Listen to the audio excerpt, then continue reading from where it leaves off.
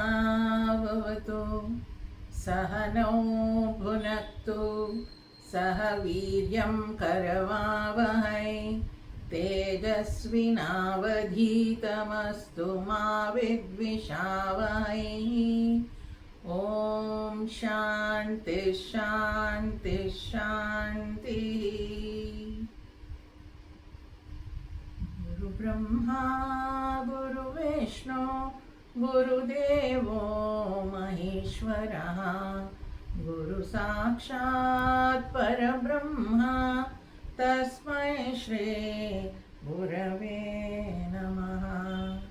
तस्मै श्री गुरवे नमः।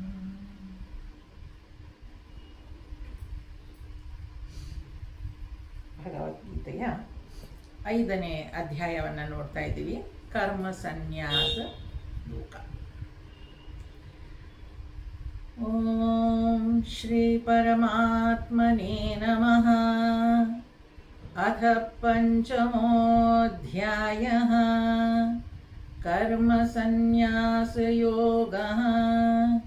ಶ್ರೀ ಭಗವಾನುವಾಚ. 22ನೇ ಶ್ಲೋಕ.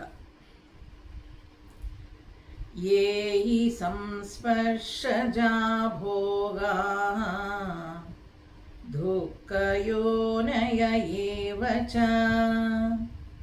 ಆದ್ಯಂತವಂತ ಕೌಂತೇಯ ನ ತೇಷು ರಮತೆ ಬುಧಃ.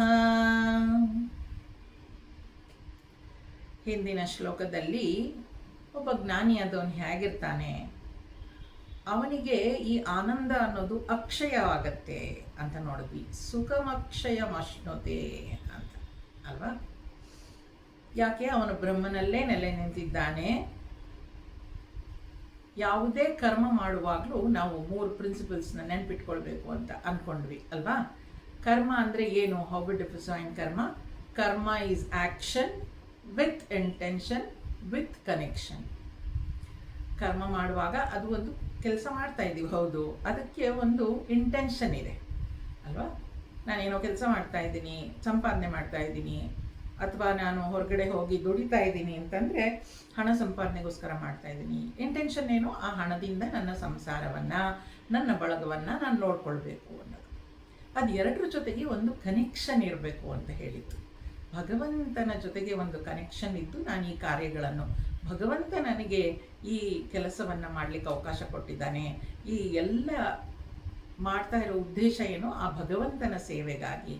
ಅಂದರೆ ನಾವೆಲ್ಲರನ್ನೂ ಏನು ನೋಡ್ಕೊಳ್ತಾ ಇದ್ದೀವಿ, ಎಲ್ಲರಿಗೂ ಸೇವೆ ಮಾಡ್ತಾ ಇರೋದು ಅವರು ಭಗವಂತ ಅನ್ನೋ ದೃಷ್ಟಿಯಿಂದಲೇ. ಜ್ಞಾನಿ ಆದವನು ಹಾಗೆ ಏನು ಮಾಡ್ತಾನೆ? ಅವನು ಬಾಹ್ಯ ಸಂಪರ್ಕಕ್ಕೆ ಅಸಂಗನಾಗಿ ಆತ್ಮಸಂತುಷ್ಟನಾಗಿರುತ್ತಾನೆ. ಅವನು ಯಾವುದೇ ಕೆಲಸ ಮಾಡ್ತಿದ್ರು that connection is always there. ಅದರಿಂದ ಅವನು ಹೊರಗಡೆಗೆ ಅಸಂಗ ಅವನು, because the connection with in is very strong ಭಗವಂತನಿಗೆ. ಅವನು ಬ್ರಹ್ಮಜ್ಞಾನದಲ್ಲೇ ನೆಲೆ ನಿಂತು ಕೊನೆ ಇಲ್ಲದ ಆನಂದವನ್ನು ಪಡೆಯುತ್ತಾನೆ, ಆತ್ಮಸಂತೋಷವನ್ನು ಅವನು ಪಡಿತಾನೆ ಅನ್ನೋದು ನೋಡಿದ್ವಿ. ಮುಂದುವರಿಸ್ತಾ ಇಲ್ಲಿ ಭಗವಂತ ಹೇಳ್ತಾ ಇದ್ದಾನೆ, ಹಾಗಿಲ್ಲದೆ ಇರೋರು ಹೇಗಿರ್ತಾರೆ ಅನ್ನೋದಕ್ಕೆ. ವಿಷಯೇಂದ್ರಿಗಳ ಸಂಪರ್ಕದಿಂದ ಉತ್ಪನ್ನವಾಗುವ ಭೋಗಗಳು ದುಃಖಕ್ಕೆ ಕಾರಣವಾಗಿರುತ್ತವೆ. ಏಕೆಂದರೆ ಅವುಗಳು ಆದಿಯೂ ಅಂತ್ಯವೂ ಉಳ್ಳವುಗಳು. ಎಲೈ ಕುಂತಿ ಪುತ್ರನೇ, ವಿವೇಕಿಯು ಅವುಗಳನ್ನು ರಮಿಸುವುದಿಲ್ಲ. ಭಗವದ್ಗೀತೆಯಲ್ಲಿ ಕೃಷ್ಣ ಅರ್ಜುನನನ್ನು ಬೇರೆ ಬೇರೆ ಹೆಸರಿನಿಂದ ಸಂಬೋಧನೆ ಮಾಡ್ತಾನೆ. ಇಲ್ಲಿ ಅವನು ಕುಂತಿ ಪುತ್ರನೇ ಅಂತ ಹೇಳ್ತಾನೆ. ಕುಂತಿ ಕೂಡ ನಾವು ನೋಡ್ದಂಗೆ ಅವಳು ರಾಣಿ ಆಗಿದ್ರೂ ಕೂಡ ಎಷ್ಟು ವೈರಾಗ್ಯ, ಅವಳಿಗೆ ಬಂದಿದ್ದ ಕಷ್ಟಗಳು ಅದೆಲ್ಲ ನೆನೆಸ್ಕೊಂಡ್ರೆ ಆ ವೈರಾಗ್ಯದಿಂದ ಬದುಕಿದ ಅಂತಹ ತಾಯಿಯ ಪುತ್ರ ನೀನು ಅಂತ ನೆನಪು ಮಾಡಿಕೊಡ್ತಾ ಇದ್ದಾನೆ ಭಗವಂತ ಕೃಷ್ಣ ಅರ್ಜುನನಿಗೆ. ಆಕೆ ಆ ರೀತಿಯಲ್ಲಿ ವೈರಾಗ್ಯದಿಂದ ಬದುಕಿದ್ಲು ಅಂತ ಹೇಳೋದಕ್ಕೆ. ಮುಂದುವರಿಸ್ತಾ ಏನು ಹೇಳ್ತಿರೋದಲ್ಲಿ, ವಿಷಯೇಂದ್ರಿಯಗಳ ಸಂಪರ್ಕದಿಂದ ಉತ್ಪನ್ನವಾಗುವ ಭೋಗಗಳು ದುಃಖಕ್ಕೆ ಕಾರಣವಾಗಿರುತ್ತವೆ. ಏನು ಪ್ರಪಂಚದಲ್ಲಿ ಹುಟ್ಟಿದ್ದೇವೆ, ಇದೆಲ್ಲವನ್ನು ಅನುಭವಿಸ್ತಾ ಇದ್ದೀವಿ, ಸುಖನೇ ಇಲ್ಲ ಅಂತ ಹೇಳಿಬಿಡ್ತೀರಲ್ಲ, ಸಂತೋಷನೇ ಇಲ್ವಾ? Yes, we are enjoying, we are living so nicely ಅಂತ ನಾವೆಲ್ಲ ಅಂದ್ಕೊಳ್ತೀವಲ್ವಾ? ಇಲ್ಲ ಅಂತ ಭಗವದ್ಗೀತೆಯಲ್ಲೂ ಹೇಳ್ತಾ ಇಲ್ಲ. ವಿಷಯೇಂದ್ರಿಯಗಳು ಅಂದರೆ ಈ ಪಂಚ ಇಂದ್ರಿಯಗಳಿಂದ ಹೊರಗಿನ ವಿಷಯಗಳನ್ನು ನಾನು ಏನು ಸಂಪರ್ಕ ಮಾಡ್ತಾ ಇದ್ದೀನಿ, ಆ ಪಂಚೇಂದ್ರಿಯಗಳಿಂದ ಏನನ್ನ ಭೋಗಿಸ್ತಾ ಇದ್ದೀನಿ, ಅವು ದುಃಖಕ್ಕೆ ಕಾರಣ ಅಂತ ಹೇಳ್ತಾರೆ. ಪಂಚೇಂದ್ರಿಯಗಳು ಯಾವುದು? ಕಣ್ಣು, ಕಿವಿ, ಮೂಗು, ನಾಲಿಗೆ, ಸ್ಪರ್ಶ, ಶಬ್ದ, ಸ್ಪರ್ಶ, ರೂಪ, ರಸ, ಗಂಧ. ಪ್ರಪಂಚದಲ್ಲಿರುವ ಎಲ್ಲ ವಸ್ತುಗಳನ್ನು ಈ 5 ವಿಷಯಗಳಿಗೆ ನಾವು ವಿಂಗಡಿಸ್ಬೋದು.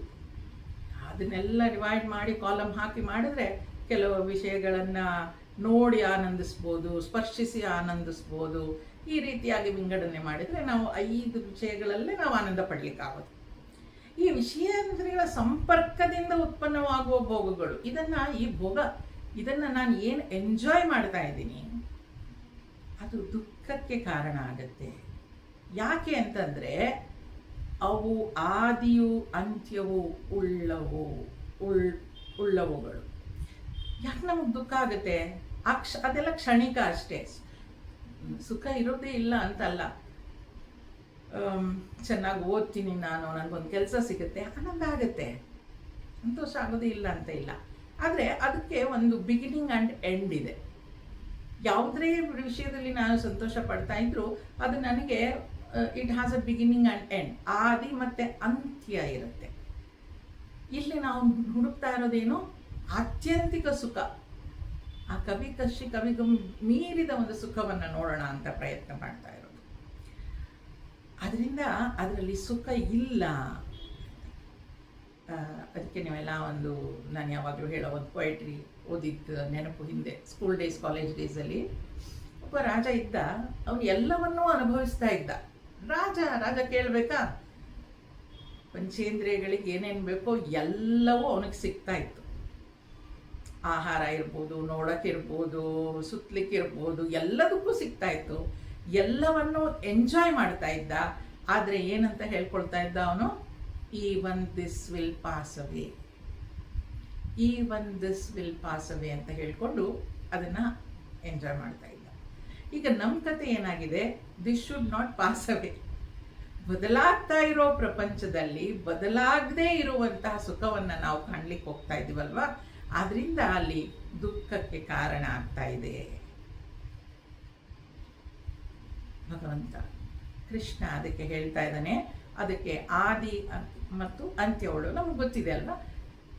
It begins. ಇನ್ನೇನು ಖುಷಿ ಪಡ್ತಾ ಇದ್ದೀವಿ ಅನ್ನೋಷ್ಟರಲ್ಲಿ ಮತ್ತೊಂದು ಯಾವುದೋ ಒಂದು ದೊಡ್ಡ ಬಾಂಬ್ ಬೀಳುತ್ತೆ. ಅಷ್ಟರಲ್ಲಿ ನಮಗೆ ಏನಪ್ಪ ಹೀಗಾಗೋಯ್ತು ಅಂತ ದುಃಖ ಆಗತ್ತೆ ಅಲ್ವಾ? ಅದು ಇರೋದೇ ಹಾಗೆ. ಕೆಲವು ಸಮಯ ಖುಷಿ, ಕೆಲವು ಸಮಯ ದುಃಖ. ಆದಿ ಮತ್ತು ಅಂತ್ಯ ಶುರು ಆಗಿದೆ, we are just enjoying all that. ಅಷ್ಟೊತ್ತಿಗೆ ಮತ್ತೆ ಒಂದು ದುಃಖ ಬಂದಿರುತ್ತೆ. ಆದಿ ಮತ್ತು ಅಂತ್ಯ ಉಳ್ಳವುಗಳು. ಎಲೈ ಕುಂತಿ ಪುತ್ರನೇ, ವಿವೇಕಿಯು ಅವುಗಳಲ್ಲಿ ರಮಿಸುವುದಿಲ್ಲ. ವಿವೇಕಿಯಾದವನು, ಜ್ಞಾನಿಯಾದವನು ಅದರಲ್ಲಿ ರಮಿಸುವುದಿಲ್ಲ. ರಮಿಸುವುದಿಲ್ಲ ಅಂದರೆ ಏನು? He will not enjoy this world. ಹಾಗಾದರೆ ಸುಮ್ಮನೆ ಇದ್ಬಿಡ್ತಾನ? You must be a fool ಅಂತ ಹೇಳ್ತಾರೆ. ಇಲ್ಲ, ಹಿ ವಿಲ್ ಎಂಜಾಯ್ ಎವ್ರಿಥಿಂಗ್, ಅನುಭವಿಸ್ತಾನೆ. ಬಟ್ ಅವನೇನು ಹೇಳ್ಕೊಳ್ತಾನೆ? Even this will pass away. ಇದು ಶಾಶ್ವತವಾದ ಸುಖ ಕೊಡುವಂಥದ್ದಾಗಲಿ ಸಂತೋಷ ಕೊಡುವಂಥದ್ದಾಗಲಿ ಅಲ್ಲ ಅಂತ ತಿಳ್ಕೊಂಡು ಅವನು ಅದನ್ನು ಅನುಭವಿಸಿ ಬಿಟ್ಬಿಡ್ತಾನೆ. ವಿವೇಕಿಯಾದವನು ಅದರಲ್ಲಿ ರಮಿಸುವುದಿಲ್ಲ. ಅಂದರೆ ಈ ಬದಲಾಗ್ತಾ ಇರೋ ಪ್ರಪಂಚದಲ್ಲಿ ಬದಲಾಗದೇ ಇರುವಂಥ ಸಂತೋಷವನ್ನು ಕಾಣಲಿಕ್ಕೆ ಅವನು ಪ್ರಯತ್ನ ಪಡೋದಿಲ್ಲ ಅಂತ ಹೇಳ್ತಾ ಇದ್ದಾನೆ.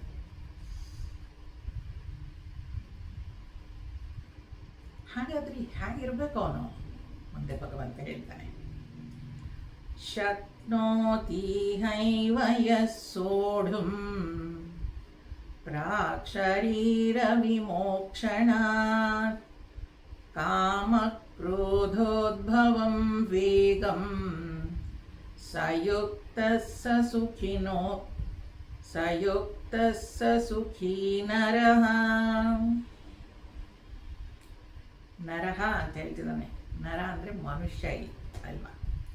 ಯಾವಾತನು ಈ ಜನ್ಮದಲ್ಲಿಯೇ ದೇಹವನ್ನು ಬಿಡುವ ಮುನ್ನವೇ ಬಯಕೆ ಮತ್ತು ಕ್ರೋಧದಿಂದ ಉಂಟಾದ ಪ್ರಚೋದನೆಗಳನ್ನು ತಡೆಯಬಲ್ಲನು.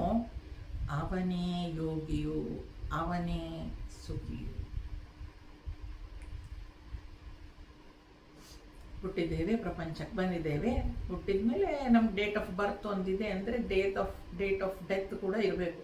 ಡೇಟ್ ಆಫ್ ಬರ್ತ್ ನಾವು ಬರ್ಕೊಳ್ತೀವಿ, ಡೇಟ್ ಆಫ್ ಡೆತ್ ಇನ್ಯಾರೋ ಬರೀತಾರೆ, ನಾವಿರೋದಿಲ್ಲ ಅಲ್ವಾ. ಈ ಜನ್ಮದಲ್ಲಿಯೇ ದೇಹವನ್ನು ಬಿಡುವ ಮುನ್ನವೇ, ಈ ಶರೀರವನ್ನು ಅವನು ಬಿಟ್ಟು ಹೋಗೋಕ್ಕೆ ಮೊದಲೇ, ಅದೇ ಸಾಧನೆ ನಮಗೆ. ಏನು, ಆ ಶರೀರವನ್ನು ಬಿಟ್ಟು ಹೋಗೋಕ್ಕೆ ಮೊದಲೇ ಬಯಕೆ ಮತ್ತು ಕ್ರೋಧದಿಂದ ಉಂಟಾಗುವ ಪ್ರಚೋದನೆಯನ್ನು ತಡೆಯಬಲ್ಲನು.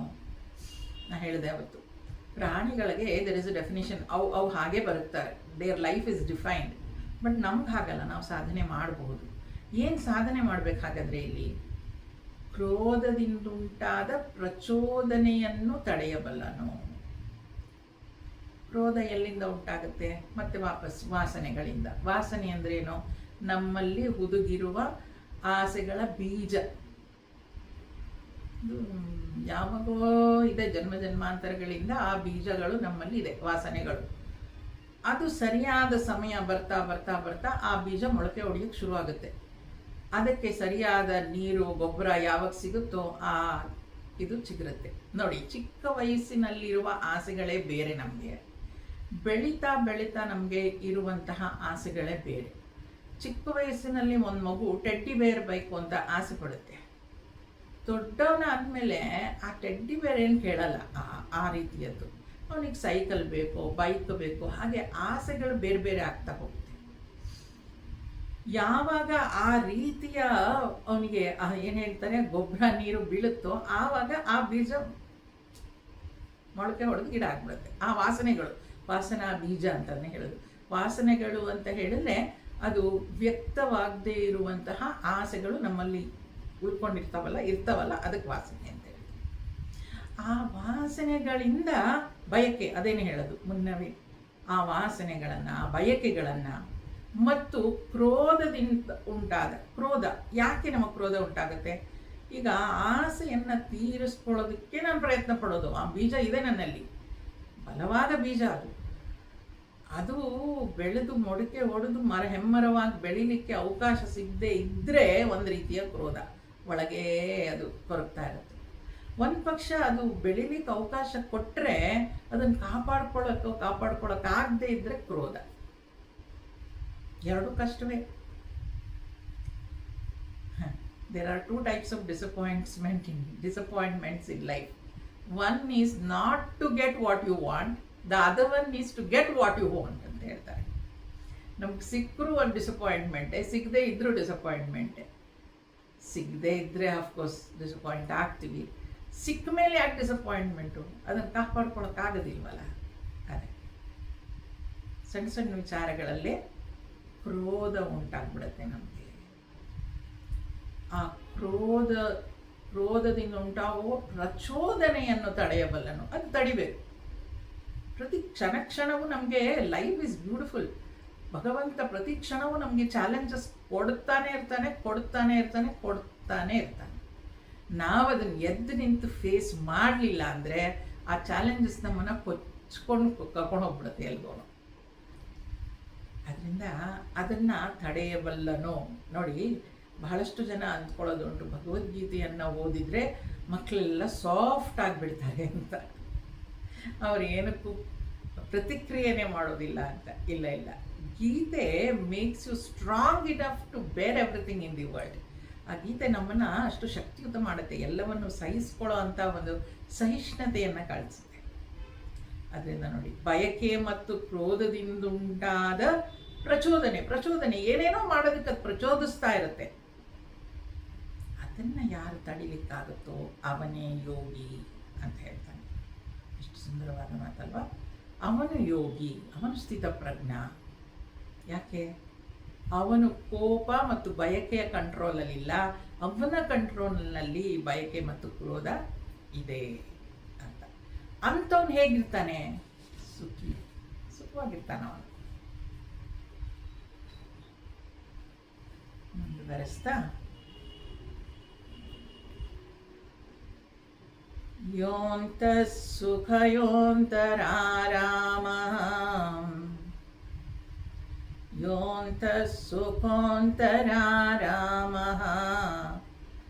ತಥಾಂತರ್ಜ್ಯೋತಿರೇವ ಯಃ ಸ ಯೋಗಿ ಬ್ರಹ್ಮನಿರ್ವಾಣಂ ಬ್ರಹ್ಮಭೂತೋಧಿಗಚ್ಚತಿ. ಇಲ್ಲಿ 2 ಶಬ್ದ, ಬ್ರಹ್ಮಭೂತ, ಬ್ರಹ್ಮ ನಿರ್ವಾಣ ಅಂತ ಬರ್ತಾ ಇದೆ. ಯಾವಾತನು ಆತ್ಮನಲ್ಲೇ ಇದ್ದು ಆನಂದವಾಗಿರುತ್ತಾನೋ, ಆತ್ಮನಲ್ಲೇ ನಲಿಯುತ್ತಿರುತ್ತಾನೋ ಮತ್ತು ಆತ್ಮನಲ್ಲೇ ತೃಪ್ತನಾಗಿರುತ್ತಾನೋ ಅಂತಹ ಯೋಗಿಯು ತಾನೇ ಬ್ರಹ್ಮನಾಗಿ ಮೋಕ್ಷವನ್ನು ಪಡೆಯುತ್ತಾನೆ. ಆತ್ಮನಲ್ಲೇ ಇದ್ದು ಆನಂದವಾಗಿರುತ್ತಾನೋ. ಈಗ ನಮಗೆ ಈ ಆನಂದ, ಇದನ್ನು ಸಾಕಷ್ಟು ಸಲ ನಾನು ಹೇಳಿದ್ದೀನಿ. ಈ ಆನಂದ ಶಬ್ದವನ್ನು ನಾವು ಇಂಗ್ಲೀಷಲ್ಲಿ ಒಂದು ಹ್ಯಾಪಿನೆಸ್ ಅಂತ ಹೇಳಿ ಸುಮ್ಮನಾಗ್ಬಿಡ್ತೀವಿ. ಆದರೆ ಕನ್ನಡದಲ್ಲಿ ಹೇಳುವಾಗ ಹಾಗಿಲ್ಲ. ಅದು ಸಂತೋಷ ಅಂತ ಹೇಳ್ತೀವಿ, ಸುಖ ಅಂತ ಹೇಳ್ತೀವಿ, ಆನಂದ ಅಂತ ಹೇಳ್ತೀವಿ. ಎಲ್ಲವೂ ಒಂದೇನಾ? ಹ್ಯಾಪಿನೆಸ್ ಅಂತ ಹೇಳಿದಾಗೆ ಒಂದೇನಾ ಅಂತ ಯೋಚನೆ ಮಾಡಿದಾಗ ನೋಡಿ, ಸಂತೋಷ ಅಂತ ಹೇಳಿದರೆ ನಮಗೆ ಹೊರಗಿನ ಏನೋ ಒಂದು ವಸ್ತು ಬೇಕಾಗಿತ್ತು, ಅದು ಸಿಕ್ಕಿದಾಗ ನನಗೆ ಸಂತೋಷ ಆಯಿತು. ಈಗ ಮಕ್ಕಳು ಕೇಳ್ತಿರ್ತಾರೆ, ಒಂದು ಐಸ್ ಕ್ರೀಮ್ ಬೇಕು, ನಂಗೆ ಒಂದು ಸ್ಕೂಲ್ಗೆ ಹೋಗೋದಕ್ಕೆ ಹೊಸ ಬ್ಯಾಗ್ ಬೇಕು, ಶೂಸ್ ಬೇಕು, ಕೊಡ್ತೀವಿ, ತೆಗ್ಸ್ಕೊಡ್ತೀವಿ. ತೆಗ್ಸ್ಕೊಟ್ಟು ಏನು ಹೇಳ್ತೀವಿ? ಹಾಂ, ಖುಷಿ ಆಯಿತಾ, ಸಂತೋಷ ಆಯಿತಾ ಅಂತ ಕೇಳಿ ಅಲ್ವಾ? ಅದು ಸಂತೋಷ. ಏನೋ ಒಂದು ವಸ್ತು ನನಗೆ ಬೇಕಿತ್ತು, ಅದು ಸಿಕ್ತು, ಸಂತೋಷ ಅಷ್ಟೇ. ಅದಾದ್ಮೇಲೆ ಇನ್ನೊಂದು ಏನೋ ಬೇಕು, ಅದು ಅಲ್ಲಿಗೆ ಮುಗಿಯಲ್ಲ. ಹಾಗೆ ಬೇರೆ ಯಾರನ್ನಾದರೂ ನಾವು ಬಹಳ ದಿನದ ಮೇಲೆ ನೋಡಿದ್ರೆ ಸುಖವಾಗಿದ್ದೀರಾ ಅಂತ ಹಿರಿಯರು ಕೇಳೋದೊಂದು ವಾಡಿಕೆ ಇದೆ ಅಲ್ವಾ? ಸುಖವಾಗಿದ್ದೀರಾ, ಸಂತೋಷವಾಗಿದ್ದೀರಾ, ಸಂತೋಷ ಸುಖ ಎರಡೂ ಕೇಳ್ತಾರೆ. ಸಂತೋಷವಾಗಿದ್ದೀರಾ, ಸುಖವಾಗಿದ್ದೀರಾ. ಏನದು ಸುಖ ಅಂತಂದರೆ, ಸುಖವಾಗಿದ್ದೀರಾ ಅಂತಂದರೆ ನಿರಂತರವಾಗಿ ಒಳ್ಳೆ ಘಟನೆಗಳನ್ನು ನೆನೆಸ್ಕೊಂಡು ಆ ಸಂತೋಷ ಪಡುವಂಥದ್ದು ಇದೆಯಲ್ಲ, ಅದು ಸುಖ ಅಂತ ಹೇಳ್ತಾರೆ. ಮತ್ತೆ ಮತ್ತೆ ಈಗ ನಂದು ಐಸ್ ಕ್ರೀಮ್ ತಿಂದ ತಕ್ಷಣ ಪಡೋ ಸಂತೋಷ, ಓ ನಾನು ಅವತ್ತು ಐಸ್ ಕ್ರೀಮ್ ತಿಂದಿದ್ದೆ ಅಂತ ಸಂತೋಷ, ಮತ್ತೇನದು ಪುನರಾವರ್ತನೆ ಆಗೋಲ್ಲ ಆ ಸುಖ ಅನ್ನೋದು. ಆದರೆ ಕೆಲವು ವಿಚಾರಗಳಿದೆ. ನೀವು ಎಲ್ಲೋ ರ್ಯಾಂಕ್ ಬಂದಿರ್ತೀರ ಓದುವಾಗ, ಇಲ್ಲಾಂದರೆ ಯಾವುದೋ ಚಾಂಪಿಯನ್ ಆಗಿರ್ತೀರ, ಯಾವುದೋ ಆಫೀಸಿನಲ್ಲಿ ನಿಮಗೇನೋ ಅವಾರ್ಡ್ ಬಂದಿರುತ್ತೆ. ಅಂಥದ್ದೆಲ್ಲ ನೆನೆಸ್ಕೊಂಡಾಗ ಎಷ್ಟು ವರ್ಷಗಳಾದಮೇಲೂ ನೆನೆಸ್ಕೊಂಡು ಬೇರೆಯವ್ರ ಮಕ್ಕಳಿಗೆಲ್ಲ ಮೊಮ್ಮಕ್ಕಳಿಗೆ ಹೇಳುವಾಗ ನಾನು ಆವಾಗ ಬಂದಿದ್ದೆ ಅಂತ ಹೇಳ್ತೀವಲ್ವ, ಆಗ ಆ ಸುಖ, ಅವಾಗ ಪಟ್ಟಿದ್ದ ಸುಖ ಮತ್ತೆ ಅದು ಪುನರಾವರ್ತನೆ ಆಗುತ್ತೆ ಅಲ್ಲಿ. ಮತ್ತೆ again I enjoy the same moments. ಹಾಗೆ ಸಂತೋಷಕ್ಕೂ ಸುಖಕ್ಕೂ ದ್ಯಾಟ್ ಇಸ್ ದಿ ಡಿಫ್ರೆನ್ಸ್. ಆ ಸುಖವಾಗಿದ್ದೀರಾ ಅಂತ ಕೇಳುವಾಗ ಆ ರೀತಿಯಾಗಿ ನೀವು ಕ್ಷಣ ಕ್ಷಣನೂ ಸುಖವಾಗಿದ್ದೀರಾ ಅಂತ ಕೇಳೋದು ವಾಡಿಕೆ. ಅದೆಲ್ಲ ಬಿಟ್ಟು ಆನಂದ ಅಂತ, ಈ ಆನಂದಕ್ಕೆ ವಸ್ತುನೂ ಬೇಕಾಗಲ್ಲ ಹೊರಗಡೆಯಿಂದ, ಅಥವಾ ಇದು ಯಾವುದೋ ನೆನಪು ಅಥವಾ ಘಟನೆ ಕೂಡ ಬೇಕಾಗಲ್ಲ. ಅದು ಆತ್ಮನಲ್ಲಿ ಆನಂದ, without anything, emotions or persons or things. ಹೊರಗಡೆಯಿಂದ ಅದು ಯಾವುದನ್ನೂ ನಾನು ಪಡ್ಕೊಳ್ದಲೇ ನನ್ನಷ್ಟಿಗೆ ನಾನು ಆನಂದವಾಗಿರ್ತೀನಿ ಅಂತ ಹೇಳಿದ್ರೆ ಅದು ಆತ್ಮಾನಂದ. ಆತ್ಮನಲ್ಲಿ ನಿಲ್ಲೋದು ಅಂದರೆ, ಬಿಕಾಸ್ ಐ ಆಮ್ ಹ್ಯಾಪಿನೆಸ್, ನಾನೇ ಸಂತೋಷವಾಗಿರೋದು. ನಾನು ನಿತ್ಯ ಶುದ್ಧ ಆನಂದ ಸ್ವರೂಪ. ಆ ಚೈತನ್ಯ ಇರೋದೇ ಹಾಗೆ, ಅದು ನಿತ್ಯ ಶುದ್ಧ ಆನಂದ ಸ್ವರೂಪ. ನನಗದು ಅರ್ಥ ಆಗಿಲ್ಲ, ಅದರಿಂದ ದುಃಖ ಪಡ್ತೀನಿ, ಅದರಿಂದ ಬೇಜಾರು ಮಾಡ್ಕೊಳ್ತೀನಿ, ಅದರಿಂದ ಕೋಪ ಮಾಡ್ಕೊಳ್ತೀನಿ. ಅಂದರೆ ನನ್ನ ಆ ಆರೋಗ್ಯ ಸ್ಥಿತಿಯಿಂದ ನಾನು ಡಿವಿಯೇಟ್ ಆಗ್ತಾ ಇದ್ದೀನಿ. ಮತ್ತೆ ಮತ್ತೆ ನಾನು ಅಲ್ಲಿಗೆ ವಾಪಸ್ ಬರಬೇಕದು. ಸುಮ್ಮನೆ ಬಿಟ್ಟರೆ ಅದು ಅಲ್ಲಿಗೆ ವಾಪಸ್ ಬರುತ್ತೆ. ಯಾವಾತನು ಆತ್ಮನಲ್ಲೇ ಇದ್ದು ಆನಂದವಾಗಿರುತ್ತಾನೋ, ಆನಂದ ಅಂದರೆ ಅದು ನೋಡಿ. ಅದಕ್ಕೆ ಸ್ವಾಮೀಜಿಗಳಿಗೆಲ್ಲ ಬ್ರಹ್ಮಾನಂದ, ಆತ್ಮಾನಂದ, ಸಚ್ಚಿದಾನಂದ, ಆನಂದ ಅಂತಲೇ ಇರುತ್ತೆ ಅವ್ರಿಗೆಲ್ಲ ಮುಂದಕ್ಕೆ ಅಲ್ವಾ? ಆ ಆನಂದ ಅಂದ್ರೇನು? ಅವರು ತಮ್ಮಲ್ಲೇ ಆತ್ಮನಲ್ಲಿ ನೆಲೆ ನಿಂತಿದ್ದಾರೆ, ಆನಂದವಾಗಿದ್ದಾರೆ ಅಂತ ಹೇಳಲಿಕ್ಕೆ. ಅವನು ಆನಂದವಾಗಿರುತ್ತಾನೋ, ಆತ್ಮನಲ್ಲೇ ನೆಲೆ ನಿಂತಿರುತ್ತಾನೋ ಅಂದರೆ every minute he is connected. ಆ ಕನೆಕ್ಷನ್ ಇದ್ದೇ ಇದೆ, ಆ ಕನೆಕ್ಷನ್ ಬಿಟ್ಟು ಹೋಗ್ಲಿಕ್ಕೆ ಸಾಧ್ಯನೇ ಇಲ್ಲ.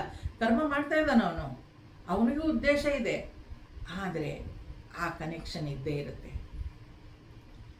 ಆದ್ದರಿಂದ ಆನಂದವಾಗಿರುತ್ತಾನೋ, ಆತ್ಮನಲ್ಲೇ ನೆಲೆ ನಿಂತಿರುತ್ತಾನೋ ಮತ್ತು ಆತ್ಮನಲ್ಲೇ ತೃಪ್ತನಾಗಿರುತ್ತಾನೋ, ಅವನಿಗೆ ಹೊರಗಡೆ ಏನೂ ಬೇಕಾಗಿಲ್ಲ ತೃಪ್ತಿ ಪಡಲಿಕ್ಕೆ, ಅಲ್ಲೇ ಅವನು ಆನಂದವಾಗಿದ್ದಾನೆ. ನನಗೆ ಈ ವಸ್ತು ಸಿಕ್ಕರೆ ನಾನು ಸಂತೋಷವಾಗಿರ್ತೀನಿ, ಇಲ್ಲ. C, that is what we were talking last time ಏನೋ ಮಾತಾಡುವಾಗ. ಈಗ ಹೊರಗಡೆಯಿಂದ ಏನೋ ವಸ್ತು ಬಂತು, ಸಿಕ್ತು, ನಂಗೆ ಬೇಕಿತ್ತು, ಅದು ಆದಮೇಲೆ ಒಂದು ಸೈಟ್ ಕಟ್ಟಬೇಕು, ಒಂದು ಮನೆ ಸೈಟ್ ತಗೋಬೇಕು, ಮನೆ ಕಟ್ಟಿಸ್ಬೇಕು, ಕಾರ್ ತಗೋಬೇಕು, ಈ ಆಸೆಗಳು ಇದೆಲ್ಲ ತೀರ್ಕೊಂಡಾಗ ನನಗೆ ಇದು ಸಿಕ್ತು ಅಂತ ಹೇಳುವಾಗ ದಟ್ ಇಸ್ ತೃಪ್ತಿ. ಆಯಿತಾ? ನಂಗೆ ಅದು ಯಾವುದು ಬೇಕಾಗೂ ಇಲ್ಲ, ನನ್ನ ಮನಸ್ಸಲ್ಲಿ ವಾಸನೆಗಳೇ ಇಲ್ಲ, but still I am happy ಅಂತ ಹೇಳಿದಾಗ ಕಂಟೆಂಟ್ಮೆಂಟ್ ಅಂತ ಹೇಳ್ತೀವಿ. ಕಂಟೆಂಟ್ಮೆಂಟ್ ಆತ್ಮತೃಪ್ತಿ, ಅದಕ್ಕೆ ಬೇರೆ ಏನು ಬೇಕಾಗೇ ಇಲ್ಲ, ಆತ್ಮತೃಪ್ತಿ. ಅಂತಹ ಯೋಗಿಯು ತಾನೇ ಬ್ರಹ್ಮನಾಗಿ ಮೋಕ್ಷವನ್ನು ಪಡೆಯುತ್ತಾನೆ. ಅವನಿಗೇನು ಬೇಕಾಗೇ ಇಲ್ಲ, ಅವನು ಬ್ರಹ್ಮನಾಗ್ತಾನೆ ಅಂದರೆ he is one with the universe. ಅವನೇ ಬ್ರಹ್ಮನಾಗಿ ಮೋಕ್ಷವನ್ನು ಪಡಿತಾನೆ. ಮೋಕ್ಷ ಅಂತ ಹೇಳಿದ್ರೆ ಈ ಸತ್ತೋದ್ಮೇಲೆ ಸಿಗುತ್ತಲ್ಲ ಮೋಕ್ಷ, ಅದು ಮೋಕ್ಷ ಆಗಲ್ಲ. ಇಲ್ಲ, ಸತ್ತೋದ್ಮೇಲೆ ಮೋಕ್ಷದ್ದಲ್ಲ ಹೇಳ್ತಾ ಇರೋದಿಲ್ಲಿ. ಸುಖ ದುಃಖಗಳಿಂದ ಬಿಡುಗಡೆಯನ್ನು ಹೊಂದುವುದೇ ಮೋಕ್ಷ. ಸುಖ ದುಃಖಗಳಿಂದ ಬಿಡುಗಡೆ, ಅದನ್ನು ಮೀರಿ ನಿಲ್ಲುವಂಥದ್ದು ಮೋಕ್ಷ. ಆ ಮೋಕ್ಷವನ್ನು ಅವನು ಪಡಿತಾನೆ ಅಂತ ಹೇಳ್ತಾರೆ. ಒಂದು ರಸ್ತ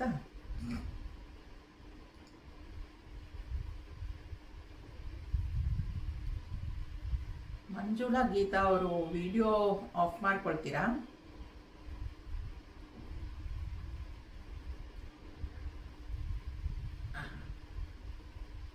25ನೇ ಶ್ಲೋಕ. ಲಭಂತೆ ಬ್ರಹ್ಮ ನಿರ್ವಾಣಂ ಋಷಯ ಕ್ಷೀಣ ಕಲ್ಮಷಾಃ ಚಿನ್ನದ್ವೈಧಾಯತಾತ್ಮಾನಃ ಸರ್ವಭೂತಹಿತೇ ರತಾಃ. ಮತ್ತೊಂದು ಸುಂದರವಾದ ಶ್ಲೋಕ. ಪಾಪಗಳನ್ನೆಲ್ಲ ನಾಶ ಮಾಡಿಕೊಂಡು, ಸಂಶಯಗಳನ್ನೆಲ್ಲ ಕತ್ತರಿಸಿಕೊಂಡು, ದ್ವೈತ ಭಾವನೆಗಳೆಲ್ಲ ನಾಶವಾಗಿ, ಜಿತೇಂದ್ರಿಯರಾದ ಮತ್ತು ಎಲ್ಲ ಜೀವಿಗಳಿಗೂ ಹಿತವನ್ನೆಸಗುವುದರಲ್ಲೇ ನಿರತನಾಗಿರುವ ಇಂತಹ ಋಷಿಯು ಮೋಕ್ಷವನ್ನು, ಬ್ರಹ್ಮ ನಿರ್ವಾಣವನ್ನು ಪಡೆಯುತ್ತಾನೆ. ನೋಡಿದ್ವಿ ಅಲ್ಲಿ ಬ್ರಹ್ಮಭೂತ, ಬ್ರಹ್ಮ ನಿರ್ವಾಣ. ಬ್ರಹ್ಮಭೂತ ಅಂದರೆ ಎಲ್ಲ ಕಡೆಯೂ ಪರಮಾತ್ಮನನ್ನೇ ನೋಡ್ತಾ ಇರೋದು. ಪಾಪಗಳನ್ನೆಲ್ಲ ನಾಶ ಮಾಡಿಕೊಂಡು, ಪಾಪಗಳನ್ನು ನಾಶ ಮಾಡ್ಕೊಳ್ಳೋದು ಅಂದ್ರೇನು? ನಾವು ಏನು ಕರ್ಮ ಮಾಡಿದ್ರು ಅದಕ್ಕೊಂದು ಕರ್ಮ ಫಲ ಇದೆ. ಒಳ್ಳೆ ಕೆಲಸ ಮಾಡಿದ್ರೆ ಒಳ್ಳೆ ಫಲ ಸಿಗುತ್ತೆ, ಕೆಟ್ಟ ಕೆಲಸ ಮಾಡಿದ್ರೆ ಕೆಟ್ಟ ಫಲ ಸಿಗುತ್ತೆ. ಅದನ್ನೇ ಪಾಪ ಪುಣ್ಯ ಅಂತ ಹೇಳೋದು. ಕೆಟ್ಟದ್ದು ಮಾಡಿದ್ರೆ ಪಾಪ, ಒಳ್ಳೇದು ಮಾಡಿದ್ರೆ ಪುಣ್ಯ, ಎರಡನ್ನೂ ನಾವು ಅನುಭವಿಸ್ಬೇಕು. ಎಷ್ಟೋ ಸಲ ನಾವು ಅಂದ್ಕೊಂಡ್ಬಿಡ್ತೀವಿ, ಇಷ್ಟೆಲ್ಲ ತಪ್ಪು ಮಾಡಾಗಿದೆ, ಹೋಗಿ ತಪ್ಪು ಕಾಣಿಕೆ ಕಟ್ಟಿಬಿಡೋಣ ಅಂತ. ತಪ್ಪು ಕಾಣಿಕೆ ಕಟ್ಟಿದ್ರೆ ತಪ್ಪು ಮಾಡಿದ್ದು ಕ್ಯಾನ್ಸಲ್ ಆಗಲ್ಲ. ತಪ್ಪುಗಳು ಮಾಡಿದರೆ ತಪ್ಪಿಗೆ ಶಿಕ್ಷೆ ಅನುಭವಿಸ್ಬೇಕು, ಪುಣ್ಯಗಳು ಮಾಡಿದರೆ ಪುಣ್ಯ ಫಲ ಅನುಭವಿಸಲೇಬೇಕು. ಪಾಪ ಮಾಡಿಬಿಟ್ಟು ಪುಣ್ಯ ಮಾಡ್ತೀನಿ ಅದು ಕ್ಯಾನ್ಸಲ್ ಆಗುತ್ತೆ, ಇಲ್ಲ. ಭಗವಂತನ ಲೆಕ್ಕದಲ್ಲಿ ಕರ್ಮದ ಅಕೌಂಟಲ್ಲಿ ಹಾಗಿಲ್ಲ. ಒಳ್ಳೆ ಕೆಲಸ ಮಾಡ್ತೀಯ, ಪುಣ್ಯವನ್ನು ಅನುಭವಿಸು, ಕೆಟ್ಟದ್ದು ಮಾಡ್ತೀಯ, ಪಾಪವನ್ನು ಅನುಭವಿಸು ಅಂತ. ಪಾಪಗಳನ್ನೆಲ್ಲ ನಾಶ ಕೊಂಡ, ಸಂಶಯಗಳನ್ನೆಲ್ಲ ಕತ್ತರಿಸಿಕೊಂಡ, ದ್ವೈತ ಭಾವನೆಗಳೆಲ್ಲ ನಾಶವಾಗಿ, ದ್ವೈತ ಭಾವನೆಗಳೆಲ್ಲ ನಾಶವಾಗಿ ಅಂತ ಹೇಳ್ತಾರೆ. ಅದು ಕತ್ತರಿಸಿಕೊಂಡು ಅಂತ ಹೇಳಿದ್ರೆ, ಭಗವದ್ಗೀತೆಗೆ 3 ಜನ ಆಚಾರ್ಯರು ವ್ಯಾಖ್ಯಾನವನ್ನು ಬರೆದಿದ್ದಾರೆ. ದ್ವೈತ, ಅದ್ವೈತ, ವಿಶಿಷ್ಟಾದ್ವೈತ. ಶಂಕರಾಚಾರ್ಯರು, ರಾಮಾನುಜಾಚಾರ್ಯರು ಬರೆದಿದ್ದಾರೆ. 3 ಜನ ಆಚಾರ್ಯರು ವ್ಯಾಖ್ಯಾನವನ್ನು ಬರೆದಿದ್ದಾರೆ.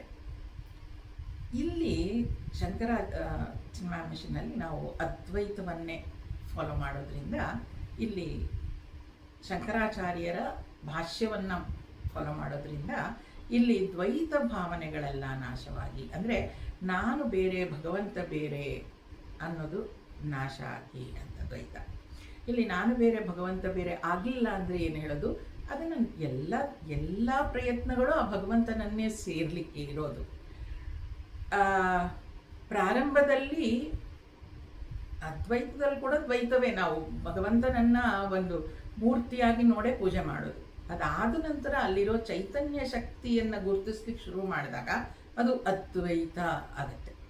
ಹಾಗೆ ಪಾಪಗಳನ್ನೆಲ್ಲ ನಾಶ ಮಾಡಿಕೊಂಡ, ಸಂಶಯಗಳನ್ನೆಲ್ಲ ಕತ್ತರಿಸಿಕೊಂಡ ಜಿತೇಂದ್ರಿಯರಾದ ಅಂದರೆ ಈ ಪಂಚೇಂದ್ರಿಯಗಳನ್ನು ಗೆದ್ದಿರುವಂಥದ್ದು, ಪಂಚಕರ್ಮೇಂದ್ರಿಯಗಳನ್ನು ಪಂಚಜ್ಞಾನೇಂದ್ರಿಯಗಳನ್ನು ಜಿತೇಂದ್ರಿಯ ಇಂದ್ರಿಯಗಳನ್ನು ಜಯಿಸಿರುವನು. ಅಂದರೆ ಜಯಿಸೋದು ಅಂದ್ರೇನು, ಈಗ ಇಂದ್ರಿಯಗಳು ಅವು ಏನು ಬೇಕೋ ಮನಸ್ಸಿಗೆ ಬಂದಾಗ ಮಾಡ್ತಾ ಹೋಗುತ್ತವೆ. ಯಾವುದನ್ನು ನೋಡಬೇಡ ಅಂತೀವೋ ಅದನ್ನೇ ನೋಡಬೇಕು ಅನಿಸುತ್ತೆ, ಯಾವ್ದು ಕೇಳಬೇಡ ಅಂತೀವೋ ಅದನ್ನೇ ಕೇಳಿಸ್ಕೋಬೇಕು ಅನಿಸುತ್ತೆ. ಇಂದ್ರಿಯನ್ನ ಗೆದ್ದಿರೋನು ಅಂದರೆ ಯಾವುದು, ಅವನ ಹೇಳಿದಾಗೆ ಆ ಇಂದ್ರಿಯಗಳು ಅವನ ಮಾತನ್ನು ಕೇಳ್ತಾ ಇದ್ದಾವೆ. ಗಳನ್ನೆಲ್ಲ ನಾಶ ಮಾಡಿಕೊಂಡು ಅಂದರೆ ಒಳ್ಳೆ ಕೆಲಸಗಳನ್ನೇ ಮಾಡ್ತಾ ಇರ್ತಾನೆ. ಸಂಶಯ ಎಲ್ಲದ್ರ ಬಗ್ಗೆ ನಮ್ಗೆ ಇದ್ದೇ ಇರುತ್ತೆ. ಸ್ವಾಮೀಜಿಯವರು ಹೇಳ್ತಿರ್ತಾರೆ, ಏನಾದರೂ ಹೇಳಿದ್ರೆ ಸಾಕು, ವೈ ಹೌ, ಅವ್ರ ಮುಖನೇ ಒಂದು ದೊಡ್ಡ ಕ್ವೆಶ್ಚನ್ ಮಾರ್ಕ್ ಆಗಿಬಿಟ್ಟಿರುತ್ತೆ ಅಂತ. ಎಲ್ಲದ್ರ ಬಗ್ಗೆ ಸಂಶಯ. 5,000 ವರ್ಷಗಳ ಹಿಂದೆ ಇದನ್ನು ಬರೆದಿದ್ದಾರೆ ಭಗವದ್ಗೀತೆ, ನಮಗೆ ಇದು ಸರಿ ಹೋಗುತ್ತಾ? ಸಂಶಯ. ಏನೋ ಹೇಳ್ತಾರೆ, ಇದೇನೋ ಪಾಪ ಪುಣ್ಯ ಇವೆಲ್ಲ ಇದೆಯಾ, ಈ ಥರ ಎಲ್ಲ ಸಂಶಯಗಳನ್ನು ಕತ್ತರಿಸಿ ಹಾಕೋದು ಅಂದರೆ ಆ ಸಂಶಯಗಳನ್ನು ಹೋಗಲಾಡಿಸ್ಕೊಳ್ಳೋದು. ಜ್ಞಾನದಿಂದ ಆ ಸಂಶಯಗಳನ್ನು ಹೋಗಲಾಡಿಸ್ಕೊಂಡು ಪಾಪಗಳನ್ನೆಲ್ಲ ನಾಶ ಮಾಡಿಕೊಂಡಾಗ ನನಗೆ ಒಳ್ಳೆಯದೇ ಆಗುತ್ತೆ. ಯಾರಿಗೆ ಗೊತ್ತ್ರಿ, ಇತ್ತೀಚೆಗೆ ಯಾರೋ ಹೇಳ್ತಾ ಇದ್ರು ನನಗೆ, ರಾಮನ ಬಗ್ಗೆ ಹೇಳ್ತಾ ಇದ್ದರೆ ಅವನು ಹೇಳ್ತಾನಂತೆ, ಐ ಲೈಕ್ ರಾವಣ ಅಂತ. ಮಕ್ಕಳು ಎಲ್ಲ ಯಾಕೆ ಅಂದರೆ, ಸಿ ಹೌ ಕೂಲ್ ಈಸ್, ಅರಮನೆಲ್ಲ ಆರಾಮಾಗಿದ್ದಾನೆ ಅವನು, Rama is in the forest ಅಂತ. ಎಷ್ಟು ಕಷ್ಟಪಡ್ತಾ ಇದ್ದಾನಲ್ವಾ, ಐ ಲೈಕ್ ರಾವಣ. ಈ ವ್ಯಾಲ್ಯೂಸ್ ಅನ್ನೋದು ಇವಾಗ ಹೇಳ್ಕೊಡೋದು ಮಕ್ಕಳಿಗೆ ಬಹಳ ಕಷ್ಟ. But later on what happen to Ravana ಅಂತ ಹೇಳಿದಾಗ, ಗೆದ್ದಿದ್ದು ರಾಮನಲ್ಲಿ ರಾವಣ ಅಲ್ಲ ಅಂತ ಗೊತ್ತಾದಾಗ ಆ ಮಗು ಒಪ್ಕೊಳ್ತು ಅಂತ ಹೇಳ್ತಾ ಇದ್ರು ಅವರು. ಹಾಗೆ ಈ ಸಂಶಯಗಳು ಆದರೆ ಏನಾಗ್ಬಿಡುತ್ತಾ, ಏನಾಗುತ್ತೆ ನೋಡೋಣ, ಆದಾಗ ನೋಡ್ಕೊಳ್ಳೋಣ, ಈಗೇನಾಗ್ತಾ ಇಲ್ವಲ್ಲ ನಮಗೆ, ಈ ಥರ ಕೇಳೋರು ಇದ್ದಾರೆ. ಏನಾಗುತ್ತೆ, ತಪ್ಪು ಮಾಡಿದ್ರೆ ಏನಾಗುತ್ತೆ, ದುಡ್ಡು ಕದಿಯೋದ್ರಿಂದ ಏನಾಗುತ್ತೆ, ಸದ್ಯಕ್ಕಂತೂ ಏನೂ ಆಗಲ್ವಾ, ಯಾವುದೋ ಜನ್ಮ ಯಾವಾಗ ಆಗಲಿ ಬಿಡು ಆ ಥರ. ಈ ಪಾಪ ಪುಣ್ಯಗಳ ಬಗ್ಗೆ ಈ ಸಂಶಯವನ್ನು ಕತ್ತರಿಸಿ ಹಾಕಿ, ಇಲ್ಲ ಈ ಥರ ನಡೆಯುತ್ತೆ ಅಂತ ಶ್ರದ್ಧೆಯಿಂದ ಒಪ್ಕೊಂಡು ಜಿತೇಂದ್ರಿಯ ಅದಕ್ಕೋಸ್ಕರನೇ ಈ ಇಂದ್ರಿಯಗಳನ್ನು ನಾವು ಜಯಿಸಬೇಕು ಅಂತ ಹೇಳೋದು, ಕಂಟ್ರೋಲಲ್ಲಿ ಇಟ್ಕೊಳ್ಬೇಕು ಅಂತ. ಮತ್ತು ಎಲ್ಲ ಜೀವಿಗಳಿಗೂ ಹಿತವನ್ನೆಸಗುವುದರಲ್ಲೇ ನಿರತನಾಗಿರೋದು. ಈಗ ಒಬ್ಬ ಯೋಗಿ ಆದವನಿಗೆ ತನಗೋಸ್ಕರ ಮಾಡ್ಕೊಳ್ಳೋದು ಏನು ಇಲ್ಲ ಅಂದರೆ, ಅವನು ಕರ್ಮವನ್ನು ಮಾಡ್ತಾನೆ ಇರ್ತಾನೆ. ಯಾರಿಗೋಸ್ಕರ ಮಾಡ್ತಾನೋ ಅವನು, ಎಲ್ಲ ಜೀವಿಗಳಿಗೂ, ಪ್ರಪಂಚದಲ್ಲಿರುವ ಎಲ್ಲರಿಗೂ ಒಳ್ಳೆಯದೇ ಆಗಲಿ ಅಂತ ಯಾರು ಹಿತವನ್ನು ಮಾಡಲಿಕ್ಕೋಸ್ಕರ ಬದುಕ್ತಾ ಇರ್ತಾರೋ, ಯಾರು ನಿರತರಾಗಿರ್ತಾರೋ, ಇಂತಹ ಋಷಿಗಳು ಮೋಕ್ಷವನ್ನು ಬ್ರಹ್ಮ ನಿರ್ವಾಣ ಪಡೆಯುತ್ತಾರೆ. ಅವರು ಬ್ರಹ್ಮ ನಿರ್ವಾಣ ಅಂದರೆ ಆ ಭಗವಂತನಲ್ಲೇ ಒಂದಾಗ್ತಾರೆ ಅಂತ ಇಲ್ಲಿ ಹೇಳ್ತಾರೆ. ಹಾಗಾಗಿ ನಮ್ಮ ಸಾಧನೆ ಏನಾಗಬೇಕಿಲ್ಲಿ, ಪಾಪಗಳನ್ನು ನಾಶ ಮಾಡಿಕೊಳ್ಬೇಕು, ಸಂಶಯಗಳನ್ನು ಬಿಡಬೇಕು, ಇಂದ್ರಿಯಗಳನ್ನು ಜಯಿಸಬೇಕು, ಮತ್ತು ಎಲ್ಲ ಜೀವಿಗಳಿಗೂ ಹಿತವನ್ನೆಸಗುವುದು. ನಮಗೆ ಒಳ್ಳೇದು ಮಾಡಿದವ್ರಿಗೆ ಒಳ್ಳೇದು ಮಾಡೋದು ಸುಲಭ. ನಮಗೆ ನಾವಿರೋ ಸ್ಥಿತಿಯಲ್ಲಿ ಸ್ವಾಮೀಜಿ ಅದೇ ಹೇಳ್ತಾರೆ, ಒಳ್ಳೇದು ಮಾಡೋರಿಗೆ ಒಳ್ಳೇದು, ಕೆಟ್ಟದ್ದು ಮಾಡಿದವ್ರಿಗೆ ಕೆಟ್ಟದ್ದು. ಅದರಲ್ಲೇನಿದೆ ದೊಡ್ಡ ವಿಚಾರ, ನೀನೇನು ಸಾಧನೆ ಮಾಡ್ತಾ ಇರೋದು, ಬದನೆಕಾಯಿ ಅಂತಿತ್ತು ಅವರು. ಐ ಲೈಕ್ ದಟ್ ಬದನೆಕಾಯಿ ಅಂತ ಅವ್ರು ಹೇಳೋದು. ಒಳ್ಳೆಯವ್ರಿಗೆ ಒಳ್ಳೆಯವರಾಗಿರ್ತೀವಿ, ನೋ ಡೌಟ್. ನಮಗೆ ಕೆಟ್ಟದ್ದನ್ನು ಮಾಡಿದವ್ರಿಗೂ ನಾವು ಒಳ್ಳೆಯದನ್ನೇ ಮಾಡ್ತೀವಿ ಅನ್ನೋದಿದೆಯಲ್ಲ, ಅದು ನಮ್ಮ ಸಾಧನೆ. ಅಲ್ಲಿ ನಾವು ನಮ್ಮನ್ನು ತಿದ್ಕೊಳ್ಬೇಕು. ಯಾಕೆ ಮಾಡಬೇಕು? ನಮ್ಗೆ ಒಳ್ಳೇದಾಗುತ್ತೆ ಅದಕ್ಕೆ ಮಾಡಬೇಕು ಅಷ್ಟೇ. ಇಲ್ಲದೆ ಇದ್ದರೆ ಆ ಕಾರ್ಮಿಕ ಅಕೌಂಟ್ ಮುಗಿಯೋದೇ ಇಲ್ಲ, ಅದು ಮುಂದುವರಿತಾನೇ ಹೋಗುತ್ತೆ. ಅದರಿಂದ ಎಲ್ಲರಿಗೂ, ಎಲ್ಲ ಜೀವಿಗಳಿಗೂ ಹಿತವನ್ನೆಸಗುವುದರಲ್ಲೇ, ಬೇರೆ ಏನಿಲ್ಲ. ಪರೋಪಕಾರಾರ್ಥಂ ಇದಂ ಶರೀರಂ. ಪರೋಪಕಾರಕ್ಕಾಗೆ ಈ ಶರೀರ ಇರೋದು, ಪರೋಪಕಾರವನ್ನೇ ಮಾಡ್ತಾ ಇರ್ತೀನಿ. ಆ ರೀತಿಯಲ್ಲಿ ಯಾರು ಬದುಕ್ತಾರೋ ಅವರು ಮೋಕ್ಷವನ್ನು ಪಡಿತಾರೆ ಅಂತ ಹೇಳಿದ್ದಾರೆ. ಮುಂದುವರಿಸ್ತಾ,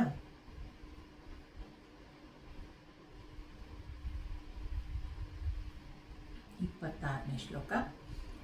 ಕಾಮ ಕ್ರೋಧ ವಿಯುಕ್ತಾನಾಂ ಯತೀನಾಂ ಯತಚೇತಸಾಂ ಅಭಿತೋ ಬ್ರಹ್ಮ ನಿರ್ವಾಣಂ ವರ್ತತೆ ವಿದಿತಾತ್ಮನಾಂ.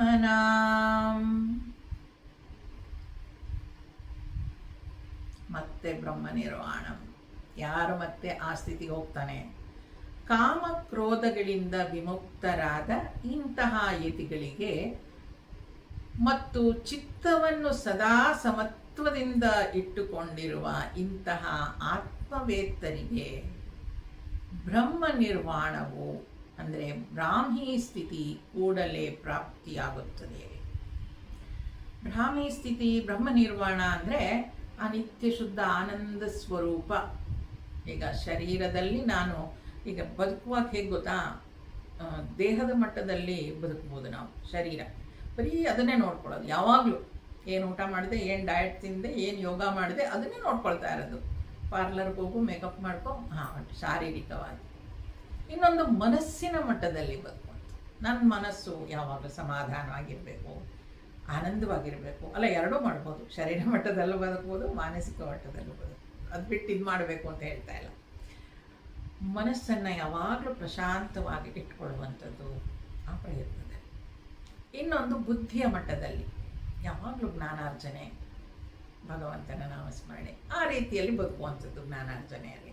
ಅಂದರೆ ಶರೀರ, ಮನಸ್ಸು, ಬುದ್ಧಿ ಮೂರೂ ಮಟ್ಟದಲ್ಲಿ ನಾವು ಯಾವ್ಯಾವುದಕ್ಕೆ ಹೆಚ್ಚು ಪ್ರಾಮುಖ್ಯತೆ ಕೊಡ್ತೀವಿ ಅಂತ ಅಷ್ಟೇ. ಆ ರೀತಿಯಲ್ಲಿ ಬದುಕುವಾಗ ನಾನು ಆ ನಿತ್ಯ ಶುದ್ಧ ಆನಂದ ಸ್ವರೂಪ, ಆ ಅದು ಇದನ್ನೆಲ್ಲ ಈ ಶರೀರ, ಮನಸ್ಸು, ಬುದ್ಧಿಯನ್ನು ನೋಡ್ತಾ ಇರುವ ಆ ಚೈತನ್ಯವನ್ನು ಅನುಭವಿಸಬೇಕು ಅಂತ ಮಾಡೋದಿದೆಯಲ್ಲ, ಅದೇ ತಪಸ್ಸು. ಅಲ್ಲಿ ನಿಂತಾಗ ಐ ಅನ್ನೋದು ನಿಲ್ಲುತ್ತೆ ಅಲ್ಲ ಅಷ್ಟೇ. ಅಲ್ಲಿವರೆಗೂ I am Shantala, I am the body, I am the mind, I am ಬುದ್ಧಿ, ಹಿಂಗೆ ಹೇಳ್ಕೊಳ್ತಿರ್ತೀವಿ. ಬಟ್ ಅಲ್ಲಿ ಹೋಗಿ ನಿಲ್ಲಬೇಕು ಅನ್ನೋದಿದೆಯಲ್ಲ, ಅದು ಬ್ರಾಹ್ಮಿ ಸ್ಥಿತಿ. ಅದು ನಮಗೆ ಪ್ರತಿನಿತ್ಯ ಅನುಭವಕ್ಕೆ ಬರುತ್ತೆ. ಈಗ ನೋಡಿ, ನಿದ್ರೆಯಲ್ಲಿ ಮಲಗೋವರೆಗೆ ಮಾತ್ರ ಇದು ನನ್ನ ಹಾಸಿಗೆ, ನನ್ನ ಬೆಡ್ಶೀಟು, ನನ್ನ ದಿಂಬು. ನಿದ್ದೆ ಬಂದಮೇಲೆ ಯಾವುದು ನಂದಲ್ಲ, I am one with the universe ಅಲ್ವಾ. ಅಲ್ಲಿ ನಾನು ಬೇರೆ ಅಂತ ಆಗೋದೇ ಇಲ್ವಲ್ಲ ಅಲ್ಲಿ, ಅದು ಬ್ರಾಹ್ಮಿ ಸ್ಥಿತಿ. ಆದರೆ ಅದರ ಅನುಭವ ನಮ್ಗೆ ಯಾಕಾಗೋದಿಲ್ಲ ಅಂದರೆ ಅಲ್ಲಿ ಇಗ್ನೋರೆನ್ಸ್ ಇರುತ್ತೆ. ಆ ಅನುಭವ ಬೆಳಗ್ಗೆ ಆಮೇಲೆ ಎದ್ಮೇಲೆ ಹೇಳ್ತೀವಲ್ವ, ವಾಹ್ ಎಷ್ಟು ಒಳ್ಳೆ ನಿದ್ದೆ ಬಂತು, ಎಷ್ಟು ಹಗುರ ಆಯಿತು ಮನಸ್ಸು ಅಂತ. ಅದನ್ನು ಎಚ್ಚರದಲ್ಲೇ ನಮಗೆ ಆ ಅನುಭವ ಆಗೋದಾದರೆ ದಟ್ ಇಸ್ ಬ್ರಾಹ್ಮಿ ಸ್ಥಿತಿ. ಅದೇ ನಿತ್ಯ ಶುದ್ಧ ಆನಂದ ಸ್ವರೂಪ. ಅದನ್ನೇ ಸಾಕ್ಷಾತ್ಕಾರ ಅಂತ ಹೇಳೋದು, ಅದನ್ನೇ ಮೋಕ್ಷ ಅಂತ ಕೂಡ ಹೇಳೋದು. ಕಾಮಕ್ರೋಧಗಳಿಂದ ವಿಮುಕ್ತರಾದ, ಕಾಮ ಮತ್ತು ಕ್ರೋಧ, ಕಾಮ ಶಾರೀರಿಕ ಆಸೆಗಳು, ಅದು ಬಯಕೆಗಳು ಇದ್ದೇ ಇರುತ್ತೆ. ಆ ಕಾಮ ಮತ್ತು ಕ್ರೋಧ ಎರಡೂ ಒಟ್ಟಿಗೆ ಹೇಳುವಂಥದ್ದು. ಕಾಮ ಕ್ರೋಧಗಳಿಂದ ವಿಮುಕ್ತರಾಗಿ, ಮುಕ್ತರಾಗಿ ಅಂದರೆ ಇತ್ತು, ಆಮೇಲೆ ಅದರಿಂದ ನಾನು ಸುಧಾರಿಸ್ಕೊಂಡು ಇದನ್ನೆಲ್ಲ ಕೇಳಿ ಬೇರೆ ಆದ. ವಿಮುಕ್ತ ಅಂದರೆ ಅದು ಇಲ್ವೇ ಇಲ್ಲ, not even A drop of ಆಸೆ ಇಸ್ ದೇರ್. ಆ ಥರದಲ್ಲಿ ವಿಶೇಷವಾಗಿ ಮುಕ್ತರಾಗಿರುವಂಥವ್ರು ಅಂತ. ಅದಕ್ಕೆ ನಾನು ಯಾವಾಗಲೂ ಉದಾಹರಣೆ ಕೊಡೋದು ಅಂದೇನೆ. ಹೇಗೆ ಅದು ಮುಕ್ತರು ಅಂದರೆ, ಈಗ ಆಸೆ ಇದ್ದು ಬಿಟ್ಟಿದ್ರೆ ಅದು ಬೇರೆ ಇರುತ್ತೆ. ಈಗ ನೋಡಿ, ಬಹಳಷ್ಟು ಜನ ಇಲ್ಲಿ ವೆಜಿಟೇರಿಯನ್ಸ್ ಇರ್ಬೋದು ಅಂತ ಅಂದ್ಕೊಳ್ತೀನಿ. ಪ್ಯೂರ್ ವೆಜಿಟೇರಿಯನ್ಸ್, ಹುಟ್ಟದಾಗಿಂದ ಮೊಟ್ಟೆನೂ ತಿಂದೇ ಇರುವಂಥ ಜನ ಬಹಳಷ್ಟು ಜನ ಇರ್ಬೋದು ಇಲ್ಲಿ, ಅಲ್ಲಿ ನಾನು ಒಬ್ಬಳು. ಹಾಗಾಗಿ ಏನಾಗುತ್ತೆ, ನನಗೆ ನಾನ್ ವೆಜಿಟೇರಿಯನ್ ತಿನ್ನು ಅಂತ ಹೇಳಿದ್ರೆ I can't even think of it. ಅದು ಅದ್ರ ಬಗ್ಗೆ ಆಸೆನೂ ಇಲ್ಲ, ಅದು ಟ್ರೈ ಮಾಡ್ಬೋದು ಅಂತಲೂ ಅನ್ಸಲ್ಲ ಅಲ್ವಾ. ಅದು ದಟ್ ಈಸ್ ಐ ಆಮ್ ವಿಮುಕ್ತಿ. ಅದರಿಂದ ನನಗೆ ಆಸೆ ಇತ್ತು ಬಿಟ್ಟೆ ಆ ಥರ ಅಲ್ವೇ ಅಲ್ಲ, ಅದು ಇಲ್ವೇ ಇಲ್ಲ.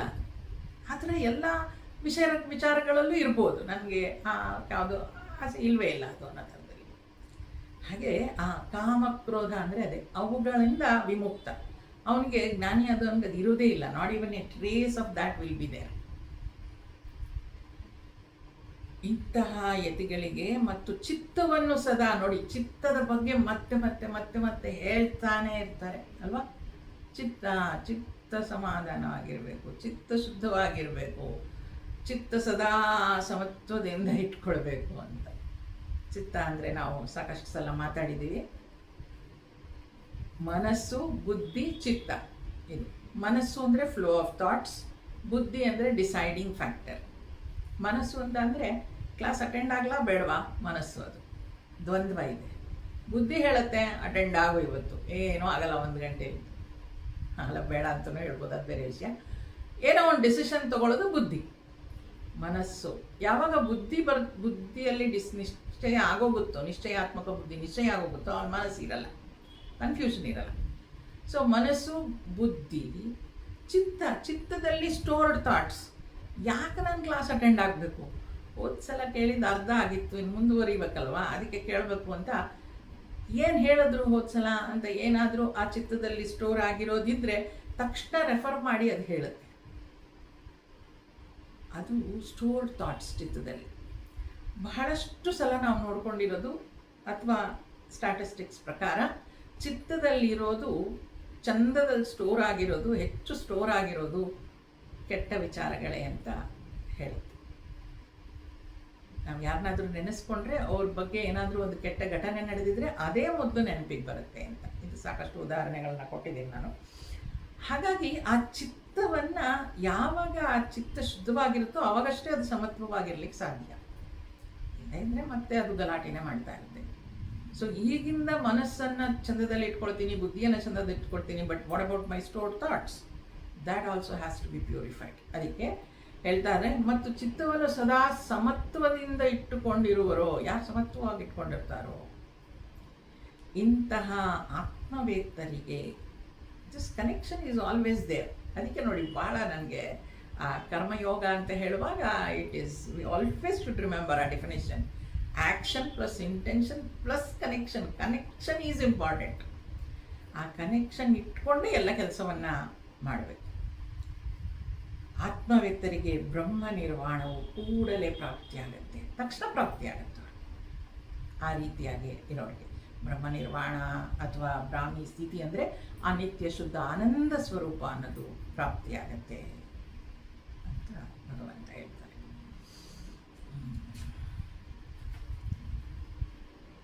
ಮುಂದುವರಿಸ್ತಾ, ಸ್ಪರ್ಶಾನ್ ಕೃತ್ವಾ ಬಹಿರ್ಬಾಹ್ಯಾನ್ ಚಕ್ಷುಶ್ಚೈವಾಂತರೇ ಭ್ರುವೋಃ ಪ್ರಾಣಾಪಾನೌ ಸಮೌ ಕೃತ್ವಾ ನಾಸಾಭ್ಯಂತರಚಾರಿಣೌ ಯತೇಂದ್ರಿಯಮನೋ ಬುದ್ಧಿಃ ಮುನಿರ್ಮೋಕ್ಷಪರಾಯಣಃ ವಿಗತೇಚ್ಛಾಭಯಕ್ರೋಧಃ ಯಃ ಸದಾ ಮುಕ್ತ ಏವ ಸಃ. ಎಲ್ಲ ಬಾಹ್ಯ ಸಂಪರ್ಕಗಳನ್ನು ಕಡಿದು ಹಾಕಿ ನೆಟ್ಟ ದೃಷ್ಟಿಯನ್ನು ಹುಬ್ಬುಗಳ ನಡುವೆ ಇಟ್ಟು ಮೂಗಿನ ಹೊಳ್ಳೆಗಳ ಮೂಲಕ ಸರಿದಾಡುವ ಪ್ರಾಣಾಪಾನಗಳನ್ನು ಸಮನ್ವಯಗೊಳಿಸಿ ಮತ್ತು ಇಂದ್ರಿಯಗಳನ್ನು, ಮನಸ್ಸು ಮತ್ತು ಬುದ್ಧಿಯನ್ನು ಯಾವಾಗಲೂ ವಶದಲ್ಲಿಟ್ಟುಕೊಂಡು ಮೋಕ್ಷವನ್ನೇ ತನ್ನ ಪರಮ ಗುರಿಯನ್ನಾಗಿ ಮಾಡಿಕೊಂಡು ಬಯಕೆ, ಭಯ ಮತ್ತು ಕ್ರೋಧಗಳಿಂದ ಬಿಡುಗಡೆ ಹೊಂದಿರುವ ಆ ಮುನಿಯು ಮೋಕ್ಷವನ್ನು ಪಡೆಯುತ್ತಾನೆ. ಇಲ್ಲಿ ನಾವೇನು ಮಾಡಬೇಕು, ನಾವು ಆ ರೀತಿಯಾಗಿ ಸಾಧನೆಯನ್ನು ಮಾಡಲಿಕ್ಕೆ ಹೇಗೆ ಮಾಡಬೇಕು ಅಂತ ಹೇಳ್ತಾ ಇದ್ದಾರೆ. ಎಲ್ಲ ಬಾಹ್ಯ ಸಂಪರ್ಕವನ್ನು ಕಡಿದು ಹಾಕಿ ಹೊರಗಿನ ವಿಚಾರಗಳನ್ನು ನೋಡಿ. ಈ ಬ್ರಾಹ್ಮಿ ಸ್ಥಿತಿ ಅನ್ನೋದು ಹೊರಗಡೆ ವಿಷಯಗಳಲ್ಲಿ ನನಗೆ ಸಂತೋಷ ಸಿಗುತ್ತೆ ಅಂತ ಹೆಚ್ಚೆಚ್ಚು ಹೊರಗಡೆ ಏನು ಹೋಗ್ತಾ ಇದ್ವಿ, ಇವಾಗ ಇಲ್ಲ, ವಾಪಸ್ ತಿರುಗಿ ನನ್ನ ಕಡೆ ನೋಡ್ಕೊ ಅಂತ. ಅದು ಹೊರಗಡೆ ಆ ರೀತಿಯ ಏನದು ಆತ್ಯಂತಿಕ ಸುಖ ಅಥವಾ ಬ್ರಾಹ್ಮಿ ಸ್ಥಿತಿ ಹೊರಗೆ ಸಿಗ್ಲಿಕ್ಕೆ ಸಾಧ್ಯ ಇಲ್ಲ. ಲುಕ್ ವಿತಿನ್ ಅಂತ, ನಿನ್ನೊಳಗೆ ನೀನು ನೋಡ್ಕೋ ಅಂತ. ಅದರಿಂದ ಹೊರಗಿನ ಬಾಹ್ಯ ಸಂಪರ್ಕಗಳನ್ನು ಕಳೆದುಕೊಂಡು ಅಂತ ಹೇಳುವಾಗ ಕಣ್ಣು, ನಾನು ಹೊರಗಡೆದೇನು ನೋಡಲ್ಲ, ಕಣ್ಣಿಚ್ಕೊಳ್ಬೋದು. ಆದರೆ ಆಗ್ರಹ ಎಣಿಸೋದು, ಕಿವಿ, ಇವೆಲ್ಲ ಅಷ್ಟೊಂದು ಸುಲಭವಾಗಿ ನಾವು ಅದೇನು ಮುಚ್ಚಿಟ್ಕೊಳ್ಳೋಕ್ಕಾಗಲ್ಲ. ಅದರಿಂದ ಮನಸ್ಸಿನಿಂದಲೇ ಅವೆಲ್ಲವನ್ನ ನಾವು ಗೆಲ್ಲಬೇಕು ಅಂತ. ಸಂಪರ್ಕವನ್ನು ಕಡಿದು ಹಾಕಿ ಅಂತ ಹೇಳುವಾಗ ಎಷ್ಟು ಬೇಕೋ ಅಷ್ಟರಲ್ಲೇ ಇರಬೇಕು ಅಂತ. I must be able to withdraw whenever I want, ಅದು ಕಡಿದು ಹಾಕಿ ಅಂತ. ನೆಟ್ಟ ದೃಷ್ಟಿಯನ್ನು ಹುಬ್ಬುಗಳ ನಡುವೆ ಇಟ್ಟು, ಇದು ಮೆಡಿಟೇಷನ್ ಮಾಡುವಂಥದ್ದು. ಪ್ರತಿದಿನ ಸ್ವಲ್ಪ ಸಮಯವಾದರೂ ಬೆಳಗಿನ ಜಾವ 10 ಗಂಟೆಗೆ ಮೊದಲು ಅಂತ ನಾನು ಏನು ಹೇಳ್ತೀನಲ್ವ, ಒಂದು 10 ನಿಮಿಷ ಆ ಉಸಿರಾಟದ ಮೇಲೆ ಗಮನವನ್ನು ಕೊಟ್ಟರೆ ಮನಸ್ಸು ಪ್ರಶಾಂತವಾಗತ್ತೆ. ಪ್ರಯತ್ನ ಮಾಡಿ ನೋಡಿ, ಬೆಳಗ್ಗೆ ಒಂದು 10 ನಿಮಿಷ. ನಿಮಗೆ ಮಾಡ್ಕೊಳಕ್ಕೆ ಬರ್ದಿದ್ರೆ ಯೂಟ್ಯೂಬಲ್ಲಿ ಬೇಕಾದಷ್ಟು ಜನ ಮೆಡಿಟೇಷನ್ ಮಾಡಿಸೋರು ಇರ್ತಾರೆ. 10 ನಿಮಿಷದ ಯಾವುದಾದ್ರೂ ಒಬ್ರದನ್ನ ಸ್ಲಾಟ್ ಇಟ್ಕೊಳ್ಳಿ. ಒಬ್ಬೊಬ್ಬರೇ ಕೂತ್ಕೊಂಡು ಮಾಡೋಕ್ಕೆ ಸ್ವಲ್ಪ ಕಷ್ಟ ಆಗ್ಬೋದು. ಅವ್ರದ್ದು ಯಾರ್ದಾದ್ರೂ ಒಬ್ರದ್ದು ಇಟ್ಕೊಂಡು ಅವ್ರ ಜೊತೆಗೆ ಮಾಡಿದ್ರೆ ಅವ್ರು ಇನ್ಸ್ಟ್ರಕ್ಷನ್ಸ್ ಕೊಡ್ತಾ ಇರ್ತಾರಲ್ಲ, ಅದ್ರ ಜೊತೆಗೆ ಮಾಡೋದು ಸುಲಭ ಆಗುತ್ತೆ. ಈಗ ಯಾರೊಬ್ಬ ಸೌರಭ್ ಅಂತ ಭಾಳ ಫೇಮಸ್ ಆಗಿದ್ದಾನೆ, ಹಾವಿಲ್ಡ್ ಅಂತ ಏನೋ ಮಾಡ್ಕೊಂಡಿದ್ದಾನೆ. ಅವನದು ವೀಡಿಯೋಸ್ ಎಲ್ಲ 10 ನಿಮಿಷ 15 ನಿಮಿಷ ಅಷ್ಟೇ ಇರುತ್ತೆ.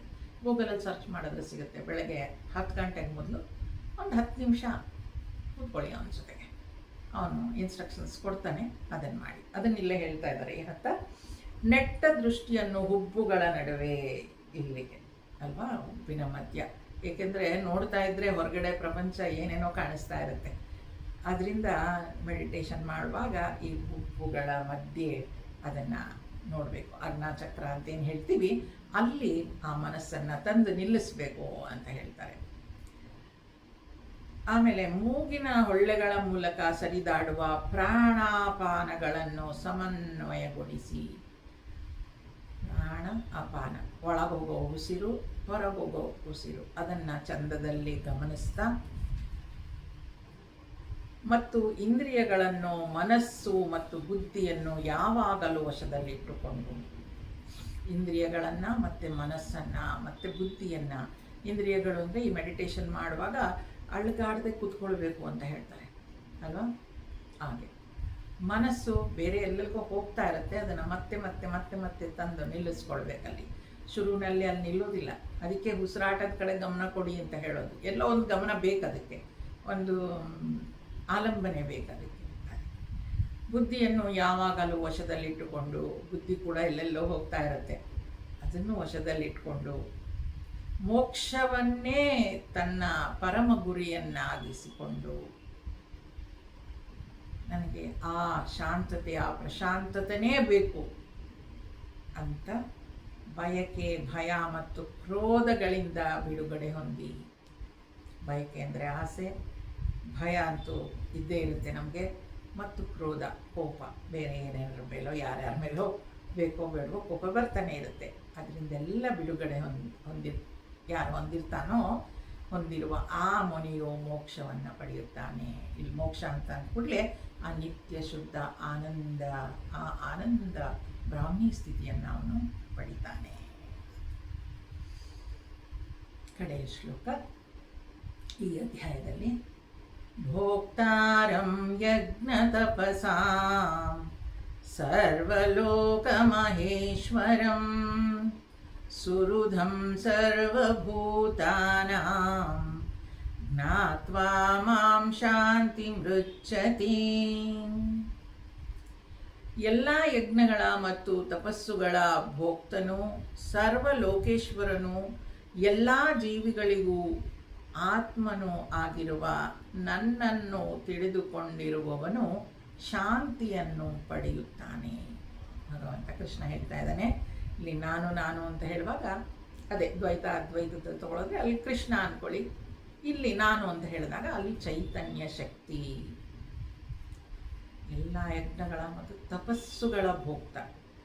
ಯಜ್ಞಗಳನ್ನು ಮಾಡಿದರೆ ಯಾರಿಗೋಸ್ಕರ, ಯಾರನ್ನ ಕುರಿತಾಗಿ ಮಾಡ್ತೀವಿ? ಭಗವಂತನನ್ನ ಕುರಿತಾಗಿ ಯಜ್ಞ ಮಾಡ್ತೀವಿ. ತಪಸ್ಸು ಭಗವಂತನನ್ನ ಕುರಿತು ತಪಸ್ಸು ಮಾಡ್ತೀವಿ. ಅದೆಲ್ಲವನ್ನ ಭೋಗಿಸೋನು ಯಾರು? ಭೋಗ್ತಾ ಯಾರೋ? ಎಲ್ಲ ಅರ್ಪಣೆ ಅವನಿಗೇನೆ. ಅದು ಯಾರು? ಅವನು ಸರ್ವಲೋಕೇಶ್ವರ. ಸರ್ವಲೋಕೇಶ್ವರ ಅಂತ ಹೇಳುವಾಗ ಎಲ್ಲ ಕಡೆಯೂ ಎಲ್ಲರಲ್ಲೂ ಇರುವವನೇ ಸರ್ವಲೋಕೇಶ್ವರ. ಎಲ್ಲದಕ್ಕೂ ಈಶ್ವರ ಅವನೇ. ಅವನಿಲ್ಲದಲೇ ಯಾವುದೂ ನಡಿಲಿಕ್ಕೆ ಸಾಧ್ಯ ಇಲ್ಲ. ಎಲ್ಲ ಜೀವಿಗಳಿಗೂ ಆತ್ಮನು, ಎಲ್ಲ ಜೀವಿಗಳಿಗೂ ಇರುವಂತಹ ಆ ಚೈತನ್ಯ ಶಕ್ತಿಯನ್ನು ಆತ್ಮ ಅಂತೀವಿ. ಆತ್ಮನು ಆಗಿರುವ ನನ್ನನ್ನು ತಿಳಿದುಕೊಂಡಿರುವವನು ಶಾಂತಿಯನ್ನು ಪಡೆಯುತ್ತಾನೆ. ಎಲ್ಲರಲ್ಲೂ ಆ ಚೈತನ್ಯ ಶಕ್ತಿ ಇದೆ. ನಿತ್ಯ ಶುದ್ಧ ಆನಂದ ಸ್ವರೂಪ ಎಲ್ಲರೂ ಕೂಡ ಅಂತ ಯಾರು ತಿಳ್ಕೊಂಡಿರ್ತಾರೋ ಅವರು ಶಾಂತಿಯನ್ನು ಪಡಿತಾರೆ. ಕರ್ಮ ಸನ್ಯಾಸ ಯೋಗ. ಕರ್ಮ ಸನ್ಯಾಸ, ಕರ್ಮ ಅಂದರೆ ಮೊನ್ನೆ ಮಾತನಾಡುವಾಗ ಯಾವುದು ಮಾಡಬೇಕು ಯಾವ್ದು ಮಾಡಬಾರ್ದು ನಮಗೆ ಗೊತ್ತಾಗೋದಿಲ್ಲ ಅಲ್ವಾ? ಎಲ್ಲಿ ನಮ್ಮನ್ನು ನಾವು ವಿಡ್ರಾ ಮಾಡ್ಕೊಳ್ಬೇಕು, ಎಲ್ಲಿ ನಾವು ಮಾಡಬೇಕು ಅನ್ನೋದು ಗೊತ್ತಾಗೋದಿಲ್ಲ ಎಷ್ಟೋ ಸಲ. ಯಾಕಂದರೆ ಎಷ್ಟೋ ಸಲ ನಾವು ಮಾಡಿದ ಕೆಲಸಗಳು ಸರಿ ಹೋಗಲಿಲ್ಲ ಅಂದರೆ ನಾನು ಮಾಡಬಾರ್ದಿತ್ತು ಅಂತ ನಿಂತ್ಕೊಂಡು ಬಿಡ್ತೀವಿ. ಆದ್ದರಿಂದ ಭಗವಂತ ಇಲ್ಲಿ ಹೇಳೋದು ಆ ಕನೆಕ್ಷನ್ ಇಟ್ಕೊಂಡು ಮಾಡಿ ಅಂತ.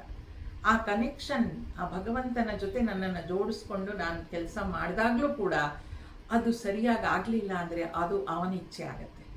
ಅದು ಸರಿಯಾಗಿ ಆದರೂ ಕೂಡ ಅದು ಅವನ ಇಚ್ಛೆ ಆಗತ್ತೆ. ಆದ್ದರಿಂದ ಆ ಕನೆಕ್ಷನ್ ಸಾಧನೆಯಲ್ಲಿ ಇದುವರೆಗೂ ನಾವು ಏನು ಮಾಡಿದ್ವಿ? ಆ್ಯಕ್ಷನ್ ಮತ್ತು ಇಂಟೆನ್ಷನ್ ಇದ್ದೇ ಇತ್ತು. ಒಂದು ಕಾರ್ಯವನ್ನು ಮಾಡುವಾಗ ನಮಗೆ ಒಂದು ಉದ್ದೇಶ ಇದ್ದೇ ಇತ್ತು, ಅಷ್ಟಂತೂ ನಾವು ಮಾಡ್ತಾ ಇದ್ವಿ. ಈಗ ಸಾಧನೆಯಲ್ಲಿ ನಾವು ಕಲ್ತ್ಕೊಳ್ಬೇಕಾಗಿರೋದು ಆ ಕನೆಕ್ಷನ್, ಭಗವಂತನ ಜೊತೆಗೆ ಆ ಕನೆಕ್ಷನ್ ಇಟ್ಕೊಂಡು ಅವನಿಂದ ಅವನಿಗೋಸ್ಕರ ನಾನು ಮಾಡ್ತಾ ಇದ್ದೀನಿ ಎಲ್ಲವನ್ನು ಅಂತ ಹೇಳಿ ಅದು ಮಾಡ್ತಾ ಹೋದಾಗ ಎಲ್ಲವೂ ಸರಿಯಾಗಿ ಆಗ್ತಾ ಹೋಗುತ್ತೆ. ಯಾಕಂದರೆ ಅವನೇ ಭೋಕ್ತನು ಕೂಡ ಆಗಿರ್ತಾನೆ. ಅದು ಕರ್ಮ ಸನ್ಯಾಸ ಆಗುತ್ತೆ. ಸನ್ಯಾಸ ಅಂದರೆ ಕರ್ಮ ಮಾಡೋದೇ ಬಿಟ್ಟು ಬಿಡೋದು ಅಂತಲ್ಲ. ಆ ಕನೆಕ್ಷನ್ ಮಾಡಿಕೊಂಡಾಗ ಅದಕ್ಕೆ ನಾನು ಅನ್ನೋ ಅಹಂಕಾರ ಹೊರಟೋಗುತ್ತೆ. ನಾನು ಮಾಡ್ತಾ ಇದ್ದೀನಿ ಅನ್ನೋ ಅಹಂಕಾರ ಇರಲ್ಲ. ಭಗವಂತ ಮಾಡಿಸ್ತಾ ಇದ್ದಾನೆ ಅನ್ನೋದು ಬಂದ ತಕ್ಷಣ ಅದರ ಭೋಕ್ತೃ ಕೂಡ ಅವನೇ ಆಗ್ತಾನೆ. ಅದು ಕರ್ಮ ಸನ್ಯಾಸ. ಇದನ್ನು ಅರ್ಥ ಮಾಡ್ಕೊಂಡ್ಮೇಲೆ ತಕ್ಕ ಮಟ್ಟಿಗೆ ಶಾಂತಿ ಮಂತ್ರವನ್ನು ಹೇಳೋಣ. ಓಂ ತತ್ಸದಿತಿ ಶ್ರೀಮದ್ಭಗವದ್ಗೀತಾಸು ಉಪನಿಷತ್ಸು ಬ್ರಹ್ಮವಿದ್ಯಾಯಾಂ ಯೋಗಶಾಸ್ತ್ರೇ ಶ್ರೀಕೃಷ್ಣಾರ್ಜುನ ಸಂವಾದೇ ಕರ್ಮಸನ್ಯಾಸಯೋಗೋ ನಾಮ ಪಂಚಮೋಧ್ಯಾಯಃ. ಓಂ ತತ್ಸತ್ ಇತಿ ಅಂತ ಹೇಳಿದ್ರೆ ನಾವು ಇದನ್ನು ಓದುವಾಗಲಿ ಅಧ್ಯಯನ ಮಾಡುವಾಗಲಿ ವಿಚಾರ ಮಾಡುವಾಗಲಿ ತಪ್ಪಾಗಿದ್ದರೆ ಭಗವಂತನಲ್ಲಿ ಕ್ಷಮೆ ಇರಲಿ ಅಂತ. ಶ್ರೀಮದ್ ಭಗವದ್ಗೀತಾಸು, ಭಗವದ್ಗೀತೆಯಲ್ಲಿ ಉಪನಿಷತ್ಸು, ಮೊದಲು ಉಪನಿಷತ್ ಬಂತು, ಆಮೇಲೆ ಭಗವದ್ಗೀತೆ. ಉಪನಿಷತ್ಸು, ಉಪನಿಷತ್ತುಗಳಲ್ಲಿ ಹೇಳಿರುವಂತಹ ಏನಿದೆ, ಬ್ರಹ್ಮವಿದ್ಯಾಯಾಮ್, ಬ್ರಹ್ಮವಿದ್ಯೆ ಇದೆ. ಯೋಗಶಾಸ್ತ್ರೇ, ನಾವು ದಿನನಿತ್ಯ ಜೀವನದಲ್ಲಿ ಅಳವಡಿಸ್ಕೊಳ್ಬಹುದಾದಂತಹ ವಿದ್ಯೆ ಆಗಿರೋದ್ರಿಂದ ಅದನ್ನು ಯೋಗಶಾಸ್ತ್ರ ಅಂತ ಕರಿತೀವಿ. ಇದು ಶ್ರೀಕೃಷ್ಣ ಅರ್ಜುನರ ಸಂವಾದದ ರೂಪದಲ್ಲಿರುವಂತಹ ಕರ್ಮ ಸನ್ಯಾಸ ಯೋಗ ಅನ್ನೋ ಹೆಸರಿನ 5ನೇ ಅಧ್ಯಾಯ ಮುಕ್ತಾಯ ಆಗುತ್ತೆ. ತಕ್ಕ ಮಟ್ಟಿಗೆ ವಿಚಾರ ಮಾಡಿದ್ದೇವೆ. ಪ್ರತಿ ಸಲ ಮಾಡುವಾಗಲೂ ನಾನು ಸ್ವಾಮೀಜಿಯವರ ಬೇರೆ ಬೇರೆ ಸ್ವಾಮೀಜಿಯವರ ವಿಚಾರಗಳನ್ನು ನನ್ನದಾಗಿಸ್ಕೊಳ್ಳೋ ಪ್ರಯತ್ನ ಮಾಡ್ತಾ ಅದನ್ನು ತಮ್ಮೊಂದಿಗೆ ಹಂಚ್ಕೊಳ್ಳೋ ಪ್ರಯತ್ನ ಮಾಡಿರ್ತೀನಿ. ಇದರಲ್ಲಿ ನಮಗೆ ಸರಿ ಕಂಡಿದ್ದರೆ ಒಪ್ಕೊಳ್ಳಿ, ಸರಿ ಇಲ್ಲ ಅನಿಸಿದ್ದನ್ನು ದಯವಿಟ್ಟು ಕ್ಷಮಿಸಿ ಮರ್ತಬೇಡಿ. ಪ್ರಶ್ನೆಗಳಿದ್ದರೆ ಇದಾದ ಮೇಲೆ ವಿಚಾರ ಮಾಡೋಣ. ಈ ಸುಂದರವಾದ ಅನುಭವ ಕೊಟ್ಟ ತಮ್ಮೆಲ್ಲರಿಗೂ ಅನಂತ ಅನಂತ ಧನ್ಯವಾದಗಳು. ಮುಂದಿನ ಕ್ಲಾಸ್ನಲ್ಲಿ 6ನೇ ಅಧ್ಯಾಯ ಪ್ರಾರಂಭ ಮಾಡೋಣ.